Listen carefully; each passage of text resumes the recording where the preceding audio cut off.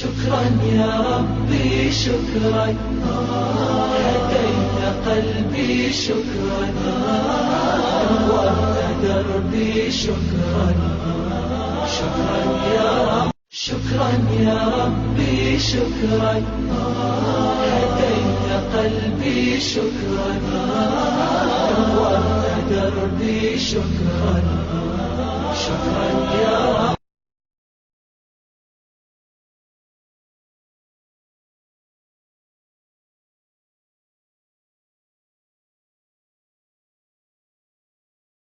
میرے بھائیوں، میں نے بہت سوچا کہ اس تھوڑے سے وقت میں جب 1 بج رہا ہو میری گھڑی میں تو میں آپ کے سامنے اس وقت کیا بولوں۔ میں نے جو چیز اٹھائی ہے میں اسی کا خلاصہ کر دیتا ہوں۔ اس کو ایک اصلاح معاشرے کا نام دیا جا سکتا ہے، اصلاح سماج کا نام دیا جا سکتا ہے، یا اصلاحی تقریر کا نام دیا جا سکتا ہے۔ آپ لوگ اس کو جو نام دینا چاہیں دیں۔ اللہ کے نبی جناب محمد رسول اللہ صلی اللہ علیہ وسلم کی وہ پیاری حدیث جس کو حضرت معاذ ابن جبل رضی اللہ تعالیٰ عنہ نے بیان کیا ہے، اور وہ خود اس حدیث کے راوی ہیں۔ وہ حدیث امام احمد اپنی مسند کے اندر لائے ہیں، اور علامہ البانی نے اس حدیث کو صحیح قرار دیا ہے۔ اس حدیث میں 10 چیزیں بتائی گئی ہیں، اور ہمارے معاشرے میں وہ 10 چیزیں پائی جا رہی ہیں۔ ہمیں غور کرنا چاہیے ان 10 چیزیں وہ چیزیں کیا ہیں، اور جن سے منع کیا گیا ان سے باز آنا چاہیے، اور جن کا حکم دیا گیا ہے وہ ہمیں کرنا چاہیے۔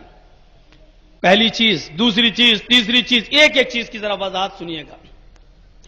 وعن معاذ بن جبل رضی اللہ تعالی عنہ قال اوصانی رسول اللہ صلی اللہ علیہ وسلم بعشر کلمات۔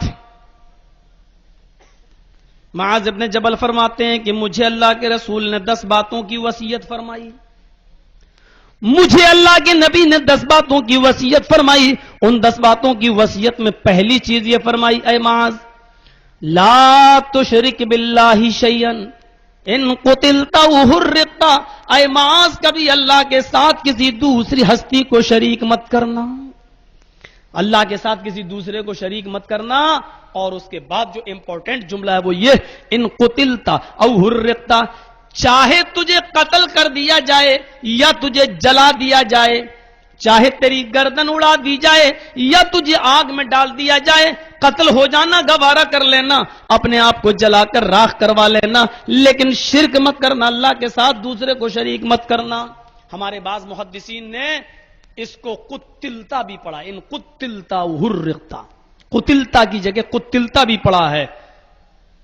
قتلتا جب اس کو باب تفعیل میں لے جائیں گے تو الفاظ کی زیادتی، معنی کی زیادتی پر دلالت کرتی ہے۔ اس وقت معنی یہ ہوگا کہ اے معاذ اللہ کے ساتھ کسی دوسرے کو شریک مت کرنا، ان قتلتا، چاہے تمہیں ٹکڑے ٹکڑے کر دیا جائے، بوٹی بوٹی کر دیا جائے، قیمہ قیمہ کر دیا جائے، تم اپنے جسم کو ٹکڑے ٹکڑے کروا لینا، لیکن دوسرے کو اللہ کے ساتھ شریک مت کرنا۔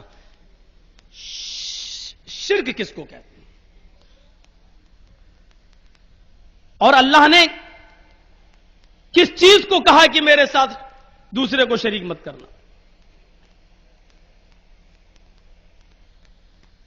شرک کے نقصان کیا ہیں؟ ایک چیز بتاؤں گا کیونکہ ہمیں 10 چیزیں بتانا ہے، اور میرا موضوع توحید و شرک نہیں ہے، یہ بس ایک اشارہ کر کے نکلوں گا، اور اللہ کرے کہ اشارہ ہی کامیاب ہو جائے اور صحیح نشانے پہ لگے۔ اللہ کے نبی صلی اللہ علیہ وسلم نے فرمایا ان قتلتا حرقتا، قتل کر دیا جائے تو قتل ہو جانا، لیکن شرک مت کرنا۔ شرک کا کوئی نقصان ہے تبھی تو منع کیا ہے۔ پہلے تو ایک خوبی شرک کا نقصان سمجھ لو، اور شرک اور توحید کی خوبی سمجھ لو۔ شرک کی ضد کیا ہے؟ توحید۔ توحید کی خوبی کیا ہے؟ جب تک توحید کی خوبی کو نہیں سمجھیں گے شرک کا نقصان سمجھ میں نہیں آئے گا۔ توحید کی خوبی یہ ہے کہ توحید انسان کو اپنے رب کے بہت قریب کر دیتی ہے۔ توحید انسان کو اپنے رب کے بہت قریب کر دیتی ہے، رب کے مقام اور مرتبے کو سمجھنے میں بہت ہیلپ کرتی ہے توحید۔ اب شرک کا معنی بالکل سمجھ میں آ گیا۔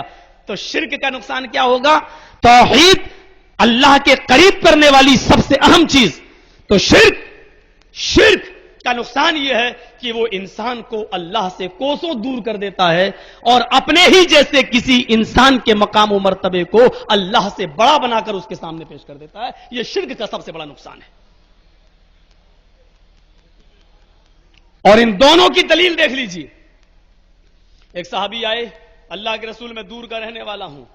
اچھا, راستے میں جنگل ہے, مجھے جانا بھی ضروری ہے اور شام کا سورج ڈوبنے سے پہلے پہنچنا ضروری ہے, اس لیے زیادہ دیر آپ کے پاس نہیں بیٹھ سکتا. مجھے 2 جملوں میں بتا دو توحید کس کو کہتے ہیں, مجھے 2 لفظوں میں بتا دیجئے توحید کس کو کہتے ہیں. آدھا گھنٹہ 1 گھنٹہ میں آپ کی تقریر, آپ کا لیکچر سننے کی طاقت نہیں رکھتا. مجھے جانا ہے دور, راستے میں جنگل ہے, خطرناک جانور ہیں, درندے ہیں, وحشی ہے, ہم نہیں رک سکتے زیادہ. مجھے بس 2 لفظوں میں بتا دو توحید کس کو کہتے ہیں. تو اللہ کے نبی صلی اللہ علیہ وسلم نے یہ نہیں فرمایا جہاں جاؤ مجھے یاد رکھنا. اللہ کے نبی نے یہ نہیں کہا جہاں جاؤ مجھے یاد رکھنا, یا جہاں جاؤ یہ کہہ دینا یا رسول اللہ.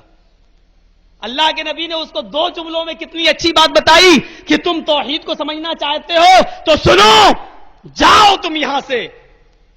توحید یہ ہے, اذا سألت فاسأل اللہ واذا استعنت فاستعن باللہ. جب کبھی کسی سوال کی ضرورت پیش آ جائے تو اللہ سے سوال کرنا, اور جب کبھی مدد طلب کرنے کی ضرورت پڑ جائے تو اللہ سے مدد طلب کرنا. ہمارے بھائی کہہ رہے ہوں گے مولوی صاحب منع کیا تھا کہ مت بولنا. میرے بھائی آپ نے یہ کہا تھا کہ سیدھے سیدھے قرآن حدیث بولنا, میں سیدھے سیدھے قرآن حدیث بول رہا ہوں. یہ تو ہمارا پیدائشی حق ہے. ہمارے ہاں کی بکریاں بھی جب پیدا ہوتی ہیں تو آدھی اہل حدیث ہوتی ہیں, تو یہ تو ہمارا حق ہے قرآن و حدیث کو پیش کرنا. اللہ کے نبی صلی اللہ علیہ وسلم نے صاف کہہ دیا اذا سألت فاسأل اللہ واذا استعنت فاستعن باللہ. جب سوال کر تو اللہ سے سوال کرنا, اور جب مدد طلب کر تو اللہ سے مدد طلب کرنا. توحید ہو گئی.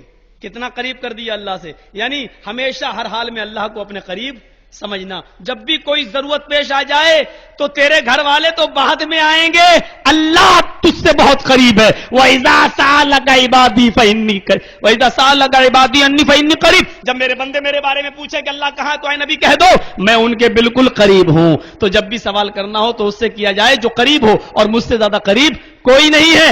اس لیے اللہ سے سوال کرنا, اور جب بھی مدد طلب کرنا ہو تو اللہ سے مدد طلب کرنا. تو توحید کا فائدہ کیا ہے, وہ اللہ کے قریب کر دیتی ہے اور اللہ کا مقام و مرتبہ سب سے اونچا ثابت کرتی ہے. یہ توحید کا سب سے بڑا فائدہ ہے. اور شرک کا سب سے بڑا نقصان کیا ہے, وہ انسان کو اللہ سے دور کر دیتا ہے, دور کر دیتا ہے, اور اللہ سے زیادہ طاقت وہ غیر اللہ میں سمجھنے لگتا ہے. اور اس کی دلیل کیا ہے, والذین یدعون من دونہ ما یملکون من قطمیر.